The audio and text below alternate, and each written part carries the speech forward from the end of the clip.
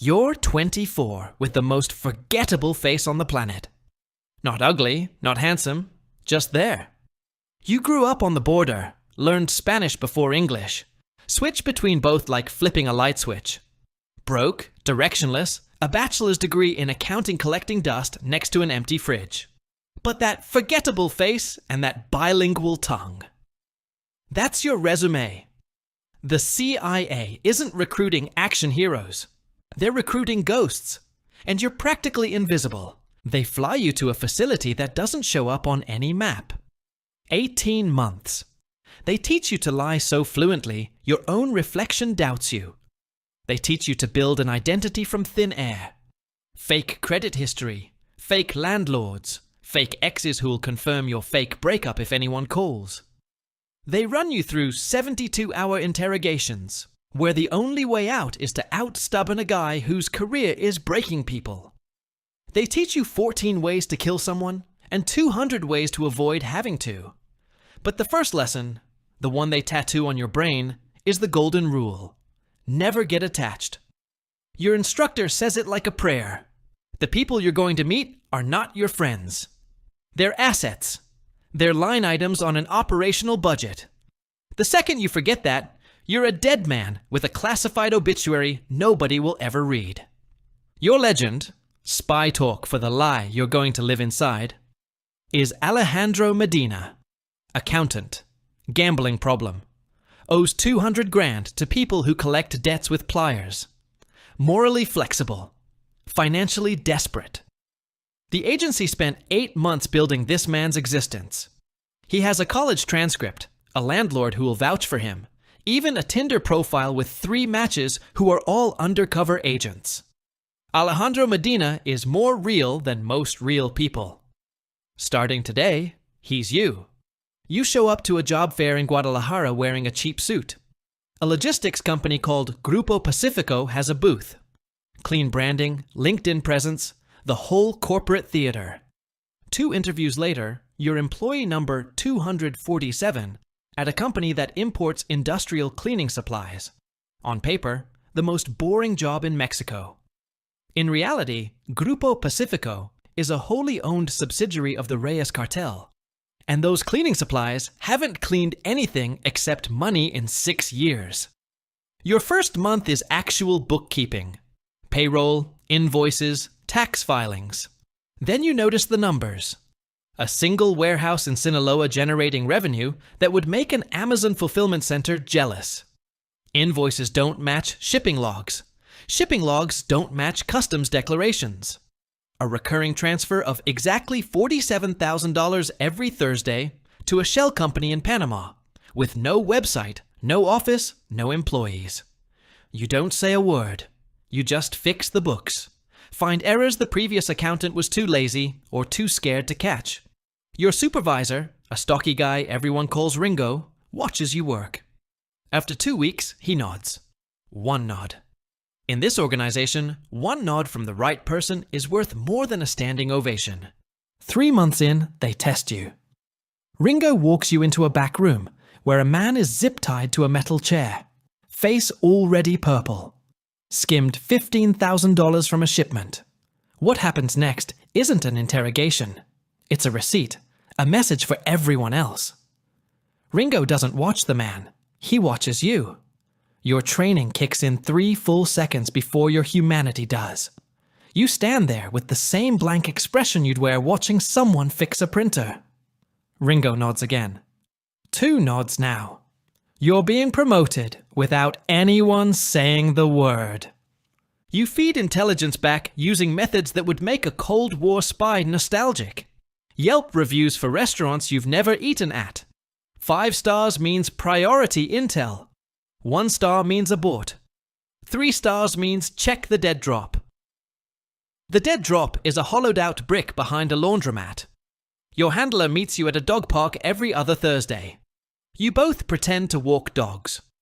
The agency provides the dog, a golden retriever named Peanut with better fake documents than most people. The exchanges last 90 seconds. If anyone's watching, you're 2 boring people with a boring dog having a boring conversation. Perfect. 8 months in, You know names that don't appear in any newspaper. Routes through 3 countries. Dollar amounts that would make a Wall Street banker cry. Your intel has led to 2 major seizures and the quiet arrest of a mid-level operator. You're a human microphone buried inside the machine. But here's what nobody warned you about. These people start becoming real. Ringo carries a leather notebook everywhere. Not for cartel business, for a novel he's writing. A love story set in a fishing village. He reads you a passage at 2 a.m. while you're counting cash in a warehouse, and it's heartbreaking. He joined the organization to pay for his mother's Alzheimer's care. 40,000 pesos a month. Visits her every Sunday. She doesn't recognize him anymore, but he still brings gardenias because she used to grow them when he was a kid. La Señora runs the cartel's real estate front, former elementary school teacher. Her son disappeared 12 years ago. She joined because they had contacts the police didn't. Never found him, but found something that numbs the absence. She mothers everyone in the office, remembers your fake birthday, brings you soup when you're sick. Don Abel, the old driver, 30 years with the organization, doesn't carry a gun, just drives. Tells you about his dead wife Estella on long rides through the mountains. Talks about her like she's waiting at home. You know these people now, not as targets, as humans. That is the most dangerous thing that has ever happened to you. One weekend, Ringo self-publishes his novel, prints 50 copies at a shop downtown. The whole crew shows up to a restaurant to celebrate. Toasts, bad speeches, genuine laughter. A man who dissolved a rival's car in acid last month is tearing up because he's proud of his friend's book. La Señora reads the dedication page out loud. Don Abel falls asleep in the corner, holding a signed copy against his chest like a teddy bear. You wrote the back cover blurb. You meant every word.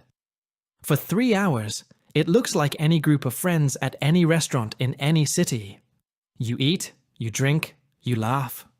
And somewhere between the second bottle of mezcal and Ringo's terrible karaoke, you forget. For 1 full minute, you forget you're here to destroy every person in this room. That minute is the most dangerous 60 seconds of your entire mission. The cartel's chief financial architect calls himself El Arquitecto. Actually trained as one, 4 years at the best university in Mexico City before he realized you could make more money designing shell companies than buildings. He launders through 14 countries using a network so complex it would take the FBI a decade to untangle. He wants you on his team. The promotion means access to everything. Swiss accounts, Cayman trusts, names of politicians who cash cartel checks. Intelligence the agency would sell its soul for. It also means you're locked inside the innermost room of a building with no fire exits. At this level, people don't resign. They decompose. Your handler gets replaced. New guy. Soft hands, pressed shirt, never been in the field. Talks to you like a spreadsheet. The mission timeline is being accelerated. 6 months instead of 2 years. Why? A rival agency is about to poach your case. If the DEA files first, Langley loses credit. 3 years of your life, fast-tracked because 2 bureaucracies are fighting over who holds the trophy. You push back. Say these people have families. He cuts you off. Your job is to open the door. What walks through it isn't your concern. You sit in your car for 40 minutes after he leaves and realize the agency and the cartel have more in common than either would admit. Both run on hierarchy. Both treat people like inventory. Both will burn you the second you stop being useful. The only difference is the logo on the letterhead. Then you make the mistake that almost kills you. After a particularly ugly night, you call your handler on a line you thought was clean. It wasn't. The cartel had that number flagged for months. They don't know it's you. Not yet. But now they know there's a mole. El Arquitecto starts running polygraphs on every member of the inner circle. One by one, people get called into a windowless room. Your training covered this. Countermeasures, breathing techniques, controlled stress responses. You pass. Barely. Others aren't so lucky. Some fail and disappear. Some pass and still disappear. Just in case. The circle shrinks. 12 people. Then 9. Then 7. Your number is getting closer. You stop sleeping. Every conversation becomes a potential autopsy of your cover. A colleague asks about a wire transfer from last quarter, and your pulse hits 160. You answer perfectly. You always answer perfectly. But the gap between your mask and your face is thinning by the hour. You start reading micro-expressions at dinner the way a radiologist reads X-rays. Is that a suspicious glance, or is he just tired? Did she pause because she's lying, or because she's chewing? You're running constant internal surveillance on yourself, monitoring your own body for signs of fear the way a pilot monitors instruments during turbulence. You're a spy terrified of being caught spying on himself. Then comes the order that kills the last sliver of your soul. Pájaro, the young IT kid who maintains encrypted communications. Quiet, always wearing headphones, probably the only person in the building who never hurt anyone. He's on El Arquitecto's shortlist of suspected moles. He's not the mole. You are. The agency sends a message through the dead drop. Let it happen. If Pájaro takes the fall, the mole hunt ends and the operation survives. Do not intervene. Not self-defense. Not a split-second survival decision. A cold, premeditated sacrifice of a 23-year-old kid. You could warn him. But if you do, the hunt continues, and the next name is yours. Pájaro disappears on a Wednesday. Nobody mentions him on Thursday. By Friday, his desk is cleared, and a new guy is sitting in his chair. You did nothing. That nothing weighs more than everything you've ever done. The final act begins with a PowerPoint. You organize an investor strategy session. The cartel is expanding into legal cannabis, and El Arquitecto wants all decision makers in one room. You build the slide deck yourself. 42 slides designed to put every major target in a single building on a single day. The conference room seats 30. By 10 a.m., every seat is filled. Ringo is in the back row scribbling in his notebook. La Señora brought pastries. Don Abel is parked outside, napping with the radio on. At 3:47 p.m., you hear the helicopters. At 3:48, the doors blow open. 12 minutes of chaos. Flash grenades, screaming, bodies hitting the floor. Not the clean surgical strike the agency promised. Glass everywhere. Smoke. Somebody accidentally discharges into the ceiling. Ringo is tackled 6 feet from you. His notebook skids across the floor. The love story he's been writing for 3 years, face down in the dust. La Señora screams that she's not armed. She isn't. Don Abel wakes up in the parking lot and raises his hands so slowly it breaks your heart. A stray round catches him in the shoulder. He's not on any target list. He's a 67-year-old driver who tells stories about his dead wife. A rounding error in someone's mission success metrics. They fly you to Houston, then Washington. 3 weeks in a windowless room while men in suits extract every name and number you've been carrying. The operation makes headlines. Biggest cartel takedown in a decade. Senators give speeches. You receive a classified medal that will never hang on any wall. A bonus in an account without your real name, and a new identity. A hero who fed a 23-year-old kid to the wolves. A hero who wrote the back cover blurb for a novel whose author hanged himself in his cell. A hero who can't close his eyes without seeing an old man's hands go up in slow motion. Ringo left a note. You'll never read it. You imagine it was addressed to his mother, the one who doesn't know he's gone. La Señora cooperated and lives in Arizona under a name that isn't hers. Don Abel survived. Minimum security, probably telling Estella stories to anyone who'll listen.